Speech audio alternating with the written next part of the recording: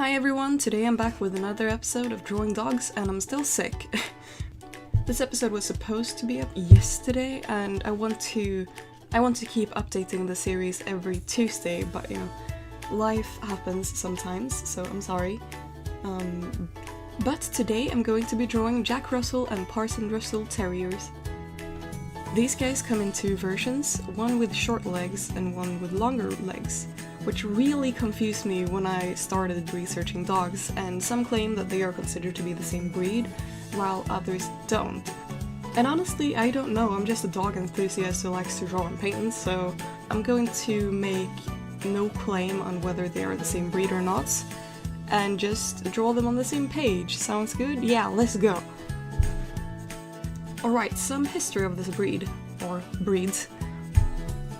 The Jack Russell Terriers were created by hunter and preacher John Russell in the 1800s. They're fox hunting dogs, especially bred to dig up foxholes and hunt them out, as well as chasing them above ground. This is why the Jack Russell Terrier was bred with short legs, to fit underneath the tunnels, and because of this they were also bred with very narrow chests. The Parson Russell, or Parson Jack Russell, whatever you want to call it, was bred later. It's said that Mr. Parson wanted a Jack Russell with longer legs so that it could follow him along as he rode on his horse. The Jack Russell simply had too short legs to keep up. Mr. Russell gave him what he asked, and the result was a taller version of the breed who could run faster but may be less efficient in the foxholes. The Jack and Parson Russell Terriers are small dogs and they can either have a short or a rough coat.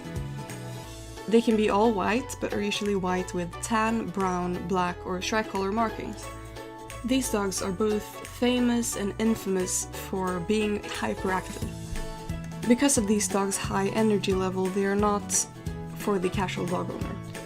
And because they are also highly intelligent dogs, if they don't get an outlet for their energy, they will find other ways to entertain themselves, which may result in destructive behavior. So provide them with daily exercise and actively train them. So thank you for watching. I hope you enjoyed this episode of Drawing Dogs. And last time I had a couple of people suggest Border Collie, and there is going to be a Border Collie episode, and I wanted it to be this episode actually, but I got the awesome opportunity of meeting a bunch of Border Collies in a week. So I'm going to wait for that and take some of my own reference pictures and draw Border Collies then. But there's gonna be one episode before that, so leave me suggestions of dogs to draw if you like, and I'll be back in the next episode. I have all social links in the description, so go follow me on Instagram if you want to keep up with me. And I also have print. Like my print shops in the description. I have a Redbubble page and I have a Store Envy page, so check that out as well if you're interested in having some awesome designs, hopefully, that are unique and that also support me in the process. So have a great week, and I'll see you in the next episode of Drawing Dogs. Bye!